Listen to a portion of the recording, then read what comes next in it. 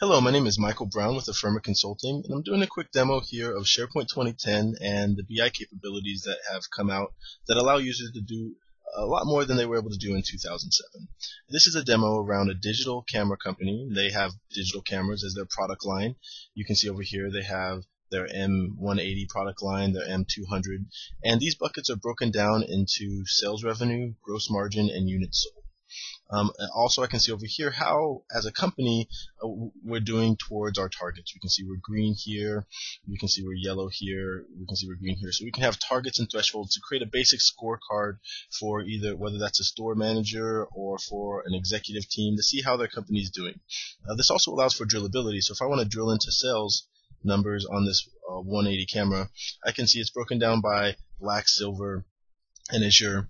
And if I click through on here, one of the things you'll notice on this right hand side is that this chart updates because these are web parts that are tied together where I can do even further drillability into different types of charts and different representations. So for this Azure camera, I can see for the fiscal year 2007, 2008, and 2009 how we did on this camera.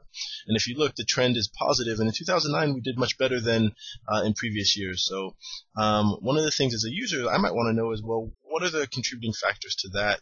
And where is that revenue coming from? So SharePoint 2010, through the integration of its performance point features, have integrated this thing called a decomposition tree, which allows the users, again, through a browser, to really drill down into that data and figure out what's going on. So if I click on the revenue for this camera, and let's say I can slice it up by a lot of different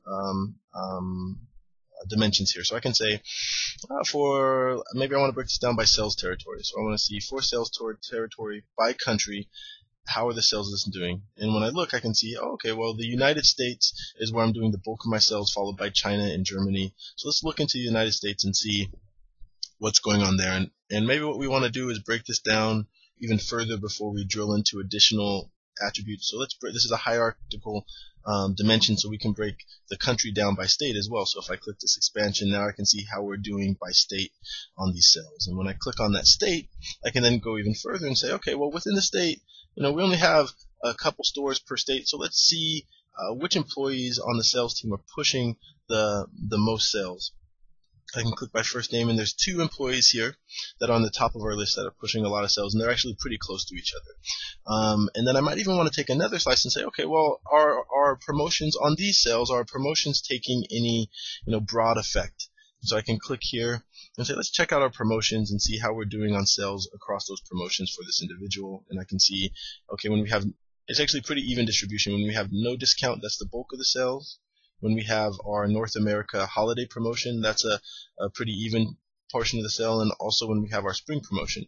But there's a promotion that's being less effective here when I mouse over that, and that's our back to school promotion. So these dimensions, we can change this up, look at this data however we want. We can work back up the tree. We can sort as well from smallest to tallest. We have a lot of flexibility on this. The really important thing is that a user now has the ability to do analysis through a browser in their hands, looking at their data and figure out why some things are going on and help make better business decisions day to day. Now this is just one feature that I've talked about inside of SharePoint 2010 around web parts, drillability, scorecarding, and this decomposition tree. There's many others we'll talk about in other videos that include Power Pivot, that talk about Excel services, Visio services, and some of those other things. So anyways, appreciate your time today, and hopefully this was helpful.